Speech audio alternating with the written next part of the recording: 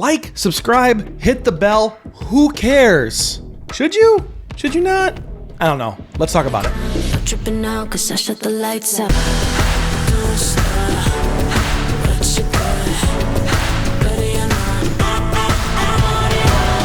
Ooh, look, now it's all cinematic because I added blue.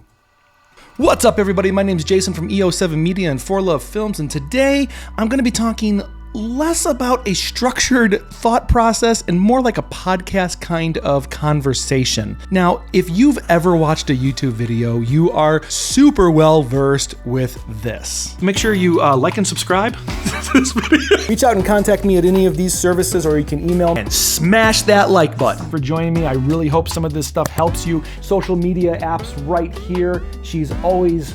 Make sure you like and subscribe and share. There is very good reason and thought process behind telling people to like, subscribe, and hit that bell button. So before we jump down the rabbit hole of is it good or is it bad, let's talk about what it is. Telling people to like and subscribe to your channel does a myriad of different things. But the number one most important aspect of this is it's a call to action. And something I've learned over the years, not only as someone who deals and creates marketing content and videos, here we come,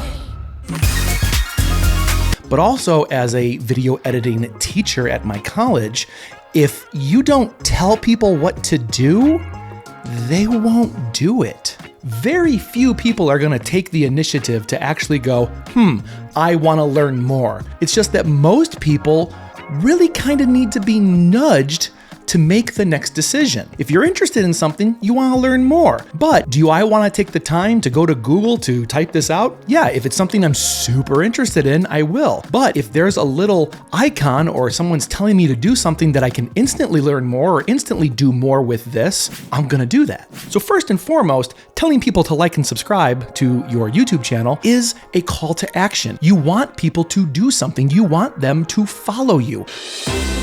Everyone, you guys know Jimmy, he wanted to be a part of this, so now he's a part of this. Sorry.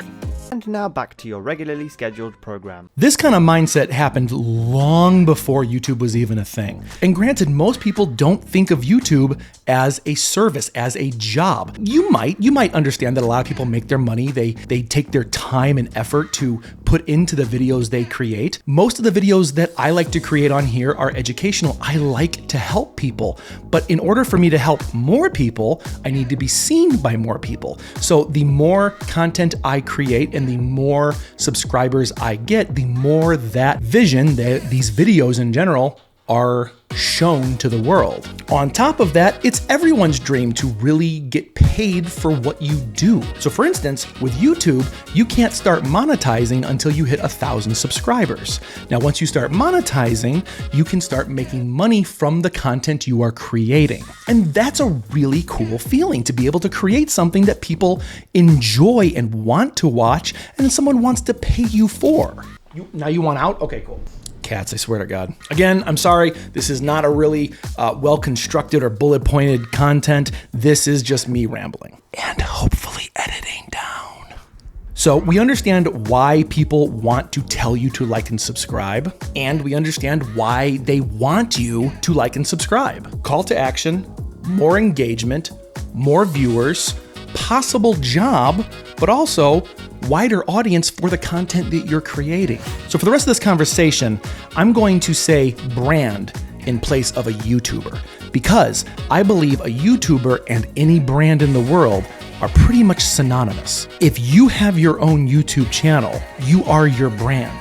Whatever you're doing, whether you're fixing cars, or you have an awesome garden, or you really love to cook and you just want to show people how you cook, or if you're into ASMR and you really just want to, make noises into a microphone all day. Whatever you're into, you are producing your product, and your product is your video. So for the rest of this video, brand, whether you are a YouTuber or Nike or whatever, is synonymous with YouTuber. Boom! Let's get back on the subject. So a brand wants to create a call to action because they want to tell you what to do. Again, not everyone's gonna know what to do. By increasing that engagement, you increase more awareness of your brand. Now, there's a whole new movement that says you shouldn't say, make sure you like and subscribe, and I kind of understand both sides of this. I follow a lot of channels on YouTube, and there's a lot of creators that I love to watch. But when they say, hey, make sure you like and subscribe, my brain just clicks off at that point, and it feels more like they're trying to sell me rather than providing value. And as a marketing person owning their own business, creating marketing content for other brands, I totally understand why they're doing this, but it's still aggravating to hear. So with my own content, I do tend to lean toward the side of the call to action. Make sure you like and subscribe and hit that bell button. But I'm kind of starting to not do it as much. No matter who you are, what brand identity you have, if you turn off your audience, you're turning off the message that you're trying to convey to your audience. Does that make sense? So that bears the question.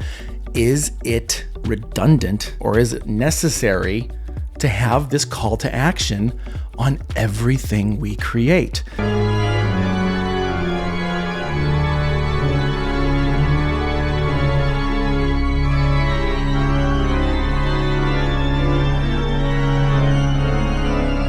A big new wave right now is to make sure that you do the call to action at the very beginning of the video, because studies show, and I'm happy to show my own analytics on my YouTube shows, as soon as you get to the end of your video and you're doing your goodbye speech and like, hey, I'm Jason, thank you for joining us, and make sure you like and subscribe, those numbers just plummet. So if I have a 4-minute video, all right, you guys have watched enough of my videos, right? You know, like nothing I've made is under like 15 minutes. So if I have a 10-minute video, 9.5 minutes of that is content, it's fun stuff, it's education and value, and then that last 30 seconds over here is where I'm trying to plug, make sure you like and subscribe and ring that bell button.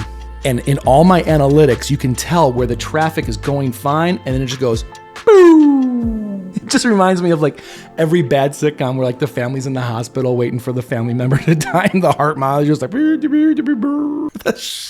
was I?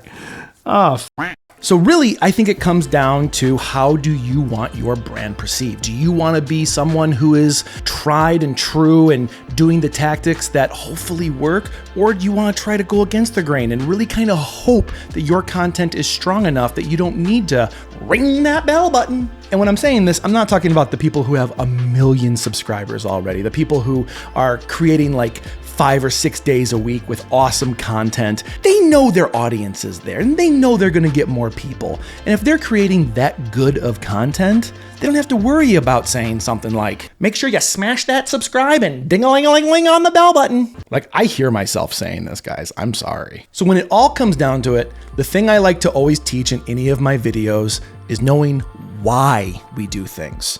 For instance, I can tell you how to use a camera and how to get a certain shot, but without the why behind it, you might not get that exact same shot in every scenario. So knowing why something makes you feel a certain way will allow you to get that shot in a wildly different way, but still have the same feeling attached to it. This is what we call film theory. And it's the exact same thing with advertising theory. By throwing the whole ding-a-ling-a-ling-ling on the bell button thing in people's face all the time, yes, we become immune to it because it's the normal. And yes, a call to action is extremely smart because it gets people off their couch to do something. And that's the end goal. That's what you want. But does it sacrifice your brand or your brand identity or your brand image by doing this? There isn't a clear-cut answer. What would work best for you? For me, I think I'm gonna go 50-50 on this. Some videos, I'm going to do the call to action. Other videos, I'm probably not. What I really wanna know is, what are your thoughts?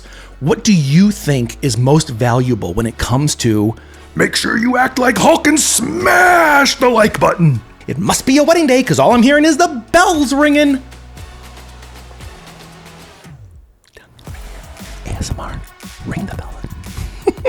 Or do you think it would be better to create content without this? Tell me what you think would work best for your brand and how you react to this when you see a video. You might not care because you've heard it 100 times. You might be super annoyed with it. But let me know your feelings and thoughts on this. I'm really interested in knowing what everyone else thinks. Guys, thank you so much for letting me ramble on. My name's Jason from EO7 Media, and if you're still sticking with me at this point, I have a special message for you. Make sure you... Do you want to say something? You're very loud when the door's closed. Your breath smells like old underwear. What have you been eating? Have you been eating old underwear? I'm giving you a platform right now. You can say whatever's in your heart. We should start a podcast together. What are your thoughts on the whole gas crisis right now? Okay.